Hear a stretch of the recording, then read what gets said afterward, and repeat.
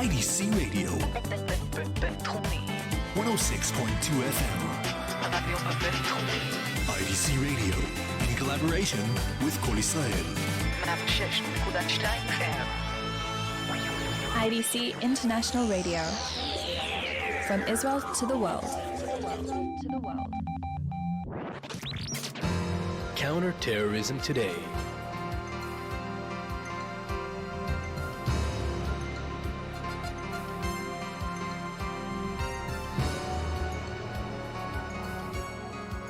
Good afternoon, ladies and gentlemen, and welcome to Counter-Terrorism Today here on 106.2 FM IDC International Radio. I'm Etai, Handman, and this program is brought to you by the ICT, the International Institute for Counterterrorism, and IDC International Radio. We're doing a special series of programs where we have some special guests that have come from abroad to teach here at the IDC, lecture on some very important subject matter. And as we continue with this series, we have in studio today with us a very special honored guest with us, a Mr. Brian Jenkins, Senior Advisor to the President of the RAND Corporation, a member of the Professional Advisory Board of the ICT, a veteran of the U.S. Special Forces, and author of Will Terrorists Go Nuclear and Unconquerable Nation, Knowing Our Enemy, Strengthening Ourselves. Mr. Brian Jenkins, how are you doing today? I'm doing fine. Thank you very much. Thank you so much for taking the time out of your busy schedule to be with us here. I know you are on a tight schedule between courses and meetings and lectures, and we just do appreciate you taking the time, slotting us in somehow, some way. Delighted to do it. So we'll kick things right off. You did write the book, Will Terrorists Go Nuclear? It's an interesting question, and we're entering a very interesting time in that scenario right now with tensions heating up with Iran. Iran disobeying the JCPOA agreement and restarting nuclear activity. The real question here at the end of the day is, with these increased tensions and Iran's global reach and penchant for terrorist attacks around the world, do you ever think that they would direct a group like Hezbollah and build them a dirty bomb to use?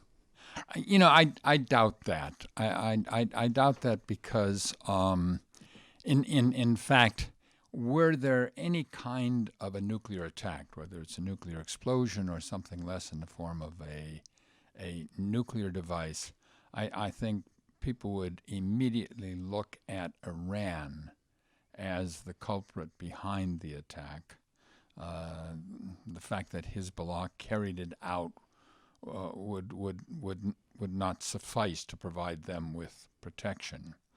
And in that sense, it'd say, some people would ask, well, could we prove that Iran was behind such an attack? And the answer is, if there were an attack, if there were significant casualties as a result of the attack, people might not be that fastidious about looking for the evidence. In fact, some people might say, rather, that's an opportunity. That is, an opportunity to go in and once and for all end Iran's nuclear program. Keep in mind, look, the rules of a post-nuclear terrorism world are not going to be the same as the rules that govern the world today. The Iranians can figure that out, and therefore, while they may make threats, and we are concerned about that, I don't see them using Hezbollah in that context. So more so, if they were to make such a decision to use a dirty bomb in any capacity, that would actually, in your opinion, be something they would carry out on their own. Well, look, that's another consideration in all of these scenarios. To provide proxies with weapons that have strategic implications is to give up a degree of control that is unattractive to most governments.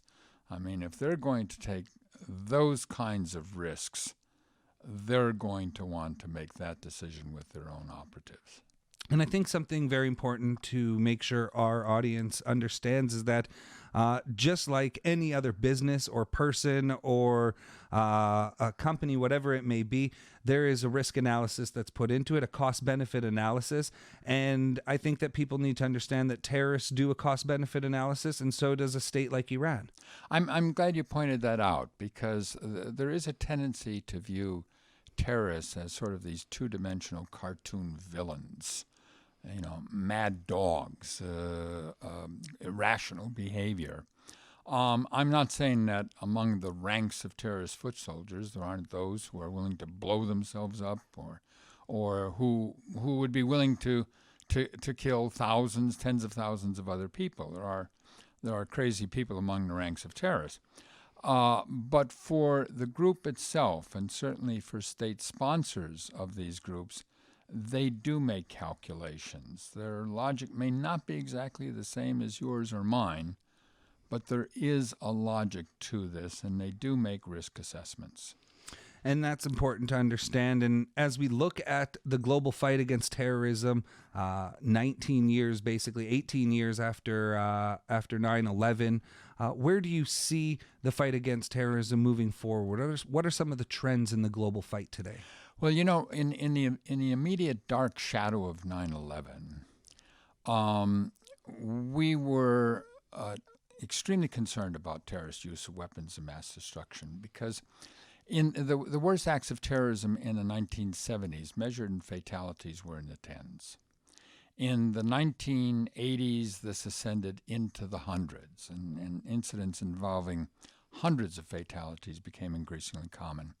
Of course, on 9/11, we crossed over into the thousands, and it could have been worse. So this was an order of magnitude increase every 10 or 15 years. And by extrapolation, people were saying, well, look, we just saw an event with thousands, potentially could have had tens of thousands of casualties. We're looking ahead to tens of thousands, or potentially even hundreds of thousands. The only way one could achieve those kinds of casualty levels would be through the use of either nuclear or certain categories of biological weapons, contagious pathogens, for example. So we expected a vertical escalation. What happened was something quite different. We saw what might be described as a horizontal escalation.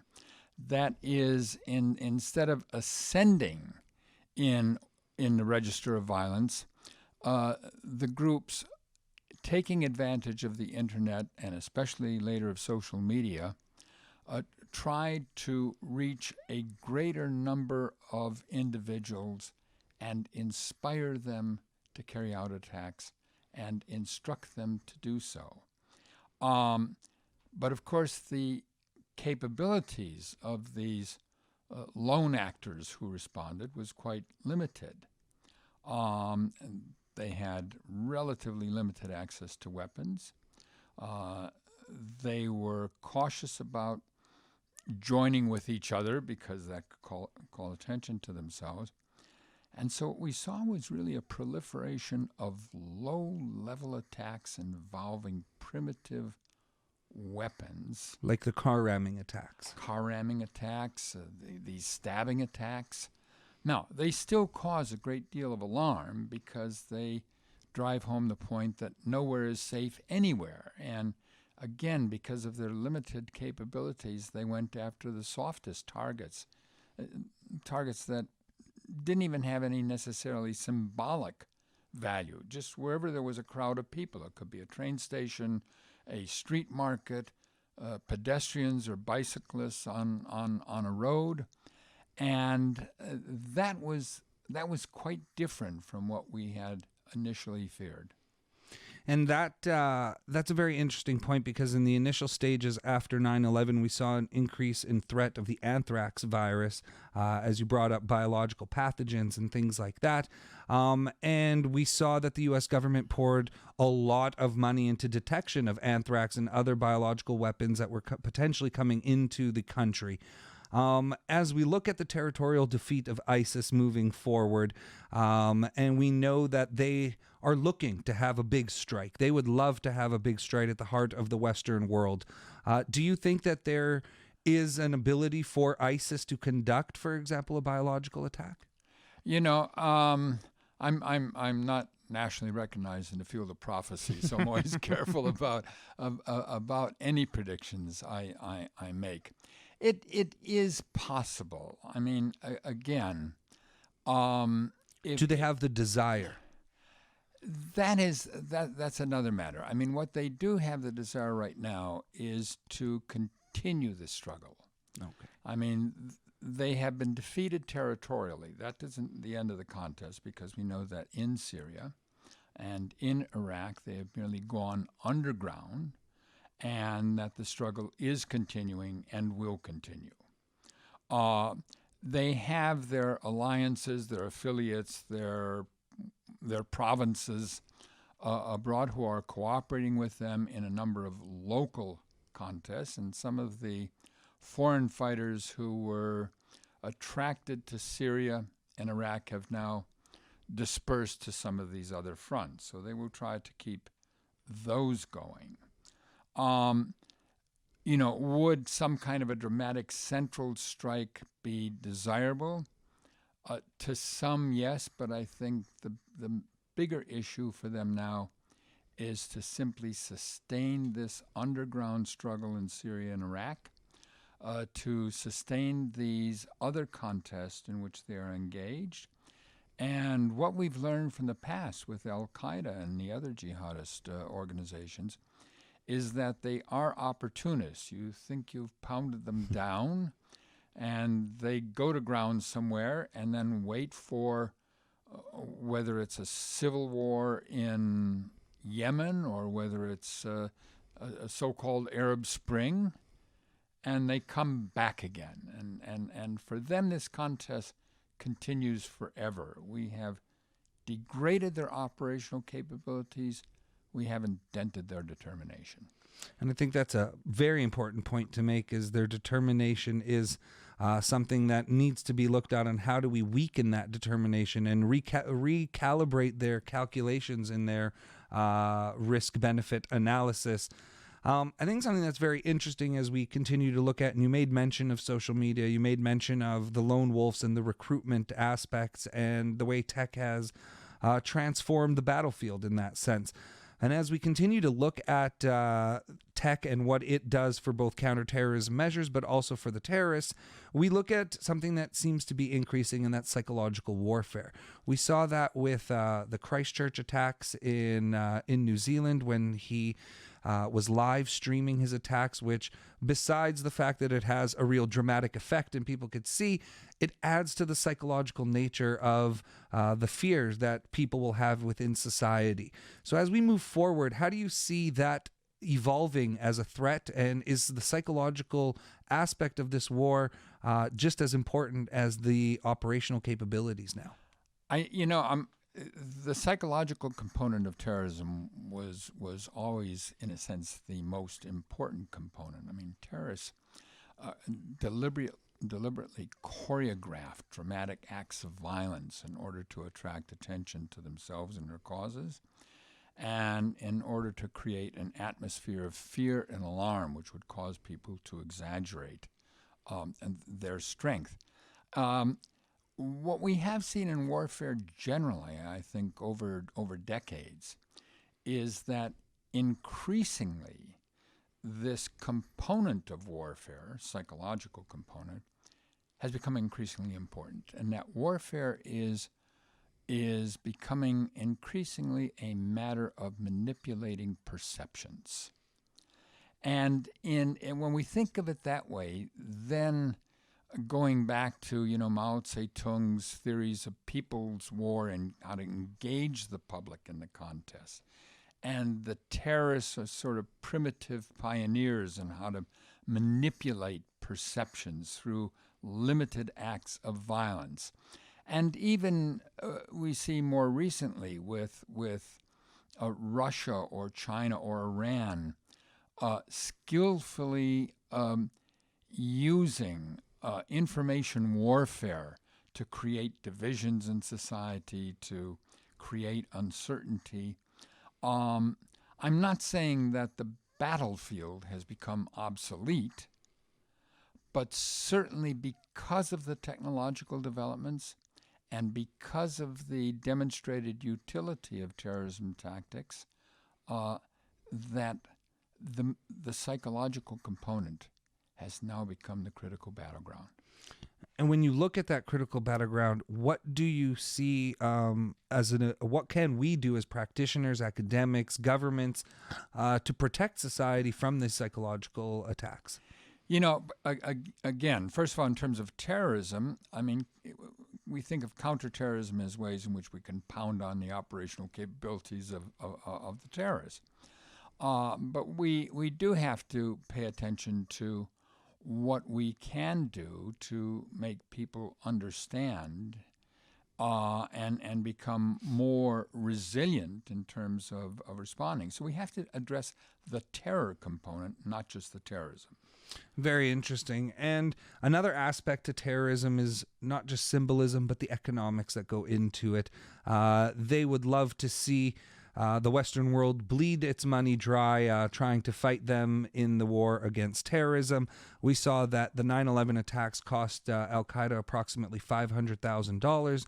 The U.S. has spent hundreds of billions of dollars, if not trillions, on the war on terror since.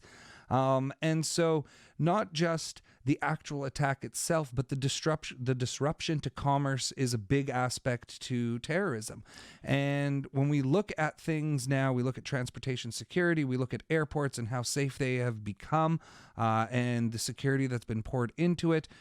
We did see, though, recently, civilian drones fly into airspace at Gatwick Airport in England. We also saw it at Newark in the United States, which didn't result in an attack, didn't result in fatalities of any kind, but it did disrupt the airport's ability to operate accordingly. And even if the terrorists don't necessarily have the ability to attack and create fatalities, they might just be able to swarm with a few drones into airspace to disrupt JFK or LAX or Chicago O'Hare, where so many people and so much commerce goes through there every single day. What can we do to defend against that threat? Well, you know, it is a challenge, because if we look at vulnerabilities in our modern society, I mean, vulnerabilities are virtually infinite. Resources are not. And so we have to make choices about what we can do as a society to protect ourselves against these attacks, but we can't entirely remove the risk. And so people, again, part of this issue of dealing with the population, people have to understand that we don't live in a risk-free society. And in some cases, we're going to accept the risk because to try to abolish those risks would not only be too costly beyond what we can afford, but would begin to change the nature of the society itself. As you correctly point out, I mean, terrorists have demonstrated that through these use of tactics, they can kill, they can cause destruction, they can cause huge amounts of disruption, they can oblige us to divert vast resources to security against their attacks. And this kind of power is coming into the hands of smaller and smaller groups whose grievances, real or imaginary, it's not always going to be possible to satisfy. Now, how we deal with that within the construct of a democratic society and remain a democratic society is one of the major challenges we face in the 21st century. The democratic dilemma of terrorism. It's always a very interesting debate on how far do you push the envelope on human rights and your civil rights versus your right to be secure and safe. And before we let you go, you are an expert in transportation security, and I'd be remiss to not ask you if you think that there has been a vulnerability overlooked in that sense in the transportation world, specifically mass interstate transportation, with so much resources and, as you mentioned, finite resources in that sense being poured into airport security and aviation security. Have we let the ball go, or have we just not seen all of the vulnerabilities like railway security or mass bus transportation, which isn't nearly to the same size. But when you think of the amount of transportation, amount of rail users there are around the world between Europe, Asia, and northeast corridor of the United States alone, do we need to focus in that area a little more? We are focusing in that area, but you are right that it has not commanded the kind of resources that we've devoted to aviation security, and there are several reasons for that. First of all, the issue of aviation security has continued to be driven by a number of very, very dramatic events. I mean, we know that terrorists remain obsessed with bringing down airliners, and by investing vast resources, we have reduced the frequency of hijacking attempts and so on. We haven't eliminated them entirely, but it has taken an enormous effort over a period of decades to achieve that level of security. When we look at surface transportation, we can't apply an aviation security model. I mean, the architecture of surface transportation is different. The volumes of passengers are different. In the United States, for example, were we to even contemplate, which we're not doing, providing some kind of universal passenger screening, we would need hundreds of thousands of screeners. The costs would be astronomical, and the disruption caused by the security itself would effectively end public transportation. So we know we can't follow the same kind of strategy. Nonetheless, over the long run, we have seen terrorist attacks on surface transportation increasing. And in many cases, these attacks are increasingly lethal. So we do have to do something.